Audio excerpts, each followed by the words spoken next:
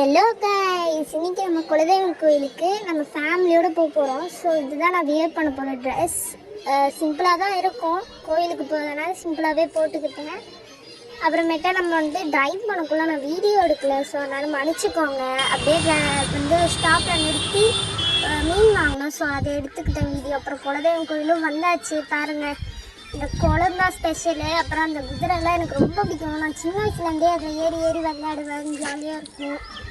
அப்புறமேட்டா அந்த குளத்தி அப்படியே அந்த கோயிலே அப்படியே ஒரு ஸ்லோ மோஷன்ஸ் எடுத்துட்டேன். ரொம்ப சூப்பராக இருந்துச்சுங்க.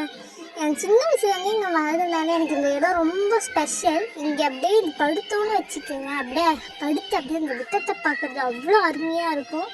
அப்புறம் நானும் பார்த்தேன்னா இப்போ ஒரு இடத்துக்கு போயிட்டுருக்கேன். அந்த இடம் வேறு எந்த இடமும் இல்லை, இந்த குளம் தான். குழந்தை பாருங்க, நான் போய் வீடியோ எடுக்கலாம்னு ஆசையாகிட்ட போனேன். ஸ்லிப்பாகி வடித்து விட்டுருச்சு, அது வீடியோவில் வரல போல்.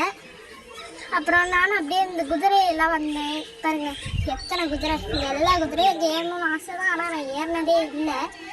அப்புறமேட்டு இங்கே எல்லாமே குக் பண்ண ஸ்டார்ட் பண்ணிட்டாங்க. எல்லாமே ஆனியன்ஸ் கட் பண்ணிட்டு இருந்தாங்க. நானும் அப்படியே ஸ்நாக்ஸ் அங்கேயே வச்சுட்டு வந்துட்டோம். இதெல்லாம் நாய் சாப்பிட்டு போகுதுன்னு சொல்லிட்டு ஸ்நாக்ஸ் எடுக்கலான்ட்டு அந்த இடத்துக்கு போனேன். நான் இங்கே பாருங்கள் எவ்வளோ பெரிய மரம். இங்கே தான் போன தடவை பிரியாணி செஞ்சோம், சூப்பராக இருந்தது. மாஸ்டர் வேறு யாரும் இல்லை, எங்கள் அப்பா தான். அப்புறமேட்டு ஸ்நாக்ஸ் நம்மளுக்கு தேவையான எடுத்துகிட்டு வந்தோம். ஸ்நாக்ஸ் எடுத்துகிட்டு வந்தாச்சு. இங்கே பார்த்தீங்கன்னா எல்லோரும் ஆனியன் கட் பண்ணி சமைக்க ஸ்டார்ட் பண்ணிட்டாங்க. எப்படா சமைப்போம் அப்படின்னு இருந்துச்சு.